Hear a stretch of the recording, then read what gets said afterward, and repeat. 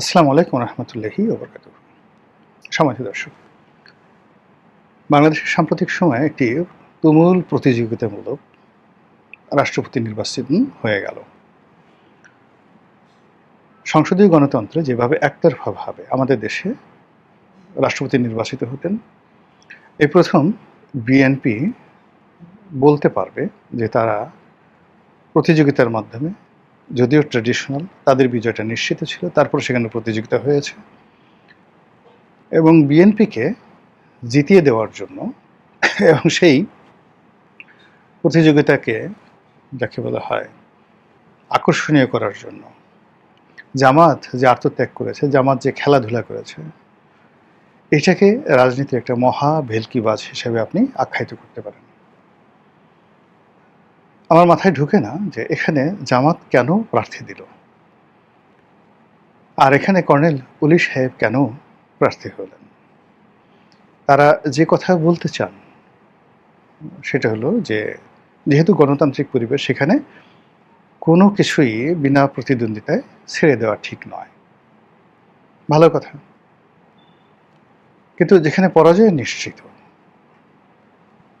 সেখানে কর্নেল ওলির মতো একজন এমিনেন্ট পলিটিশিয়ান, এমিনেন্ট যাকে বলা হয় ফ্রিডম ফাইটার, তিনি অলনে ছাড়েন মুক্তিযুদ্ধ বিরোধী একটা শক্তি জামাত, তাদের দলের প্রার্থী হলেন, প্রেসিডেন্ট প্রার্থী হলেন। এতে করে এই ভদ্রলোকের যে সারা জীবনের যে অর্জন, এই ভদ্রলোকের যে প্রাপ্তি এবং এই ভদ্রলোকের যে সোশ্যাল ইনফ্লুয়েন্স, মুহূর্তের মধ্যে এটা জিরো হয়ে গেল। এবং তিনি এই ফাঁদে কেন পড়লেন, কিভাবে পড়লেন, it's a $1,000,000 question. This is one. Second thing হলো জামাত এই কাজটি কেন করলো। জামাত গত 2 বছর যাবৎ এক্সট্রিম লেভেলে অভিনয় করে যাচ্ছে। তারা সেনাবাহিনীর সঙ্গে অভিনয় করছে, তৃণমূল পর্যায়ে আওয়ামী লীগের নেতাকর্মীদের সঙ্গে অভিনয় করছে, ভারতের সঙ্গে অভিনয় করছে। তাদের বুক একদিকে, মুখ অন্যদিকে, তাদের দেহ একদিকে, মন অন্যদিকে। তারা ডক্টর মোহাম্মদ ইউনূসের বন্ধু হওয়ার চেষ্টা করেছে, পাকিস্তানের বন্ধু হওয়ার চেষ্টা করেছে, আবার ভারতের সঙ্গে যে বন্ধুত্ব করবে না, এই কথাও তারা বলেনি। তারা বিএনপির সঙ্গে বন্ধুত্ব করার চেষ্টা করেছে, জোট করার চেষ্টা করেছে, আবার বিরোধী দল হয়েছে।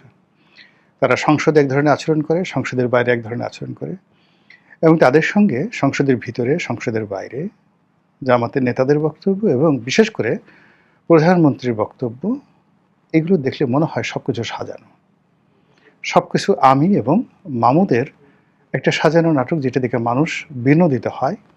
নির্বোধ যারা লোকজন আছে তারা আহা ওহা শব্দ করে যে আহা, আমাদের দেশে এত শক্তিশালী একটি সরকারি দল যে বিরোধী দলকে একটু চুল ছাড় দেয় না, তাদেরকে গুপ্ত বলে, তাদেরকে নানা রকম সমালোচনা করে। কিন্তু মানুষ যা বোঝার সেটা কিন্তু প্রতি পয়েন্টে মানুষ বুঝে যাচ্ছে। এর ফলে কি হলো, ডে বাই ডে দুটো দলে কিন্তু ক্ষতিগ্রস্ত হচ্ছে এবং দুটো দলের যে সকল নেতৃবৃন্দ এই কথাগুলো বলছেন, সেটা প্রধানমন্ত্রী তারেক রহমান সাহেব হন, কিংবা জামাত সভাপতি ডক্টর শফিকুর রহমান হন, কিংবা প্রধানমন্ত্রী নিয়োগকৃত ডক্টর জাহেদ অথবা রাশেদ, তারা যেই হন না কেন, যে কথাগুলো তারা বলেন, এই কথার কারণে তাদের যে সামাজিক মান মর্যাদা, ইজ্জত আবরু ডে বাই ডে কোন পর্যায়ে এখন নেমে গেছে, একটু আল্লাহর হস্তে একটু বিবেচনা করে দেখেন। একইভাবে এই যে দেখেন, একটা রাষ্ট্রপতি নির্বাচন হলো, দেশের যেহেতু 99% মানুষ সাধারণ চিন্তা করে, এলোমেলো চিন্তা করে, যে ঠিক আছে যেটা দেখে ওটাকে মনে করে সত্য, কিন্তু এর পেছনে 1% লোক আছে যারা একটু বিকল্প চিন্তা করে। তো যখন ঘটনা ঘটে, 99% লোক চিন্তা করছে হ্যাঁ ঠিকই তো, কর্নেল ওলি জনতার প্রেসিডেন্ট, নির্বাচনে প্রতিদ্বন্দ্বিতা হওয়া দরকার, আমরা কেন বিনা যুদ্ধে নাহি ছাড়িব, মানে সুচাগ্র মেদিনী, মেদিনী নামক রাষ্ট্রের একটা জনপদের একটা সুয়ের মাথায় যে পরিমাণ জায়গা দরকার, অতটুকু জায়গাও আমি যুদ্ধ ছাড়া ছাড়ব না।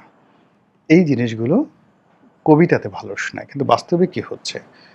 বাস্তবে সরকার নিজেদেরকে অতি প্রাকৃত, অতি আধুনিক, ওভার স্মার্ট, অতি গণতান্ত্রিক, অতি মহৎ, অতি দয়ালু, এই জিনিসগুলো প্রমাণ করার জন্য চেষ্টা করছেন উইদাউট এনি জব।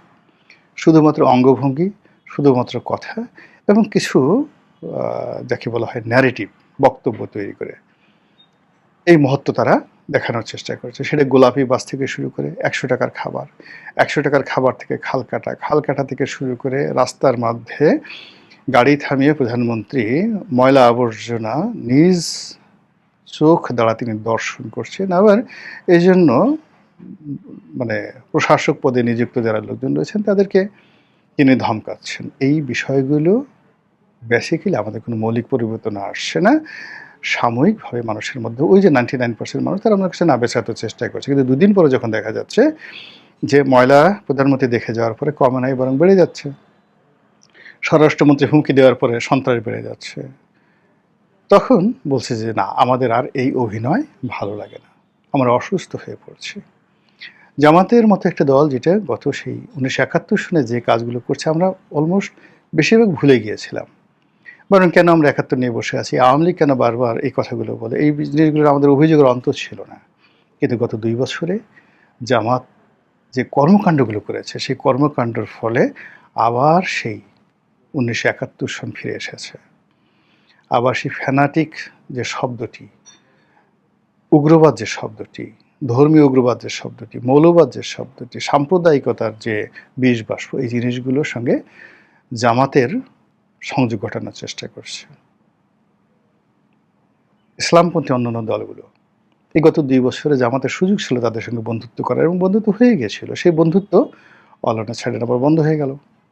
সেই বন্ধুত্ব এখন শত্রুতায় পরিণত হয়েছে এবং সেই শত্রুতা ক্রমশ বাড়ছে। এবং এখানে অতি খেলতে গিয়ে, নাটক তৈরি করতে গিয়ে এমন কিছু ঘটনা ঘটানো হচ্ছে যেগুলো আলটিমেটলি জামাতের হাতেও থাকবে না, চরমোনাইয়ের হাতেও থাকবে না, বিএনপির হাতেও থাকবে না। এগুলো মাঠে ময়দানে শুরু হয়ে যাবে। আপনি একটা নির্দিষ্ট মুখের কথা, বন্দুকের গুলি একবার ছেড়ে দিলে এটা ফিরিয়ে আনা যায় না। এখন এখানে মাঠকে উত্তেজিত করার জন্য দেশে একটা রাজনীতি, একটা ভাইব্রেন্ট রাজনীতি আছে, আওয়ামী লীগ নেই এই অভাব কেউ পূর্ণ করছে মানে বোধ করছে না। সবাই 66% লোক তারেক রহমানকে ভালোবাসছে, জামাতের সভাপতিকে সবাই মনে করছে রিয়েলি সে একজন ইমানদার বান্দা এবং তিনি দেশের একজন সত্যিকার অর্থে বিরোধী দলীয় নেতা, এরকম শক্তিশালী বিরোধী দলীয় নেতা, ইমানদার, একিনদার, নরম সরম, যাকে বলা হয় ইনসাফওয়ালা, এরকম বিরোধী দল আর নেই। কিন্তু যখন এর অভ্যন্তরীণ যে পলিটিক্সগুলো এটা বের হবে টুডে টুমরো, জামাতের লোকই বের করে দেবে।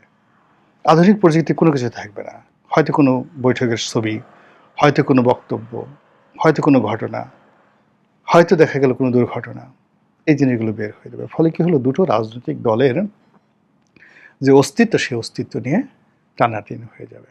ফলে কি হলো, এই যে একটা প্রেসিডেন্ট নির্বাচন হলো, এই প্রেসিডেন্ট নির্বাচনে আমরা দেখলাম যে জামাত তাদের প্রার্থী কর্নেল অলিকে নিয়ে দিদারছে তারা মুভমেন্ট করলো।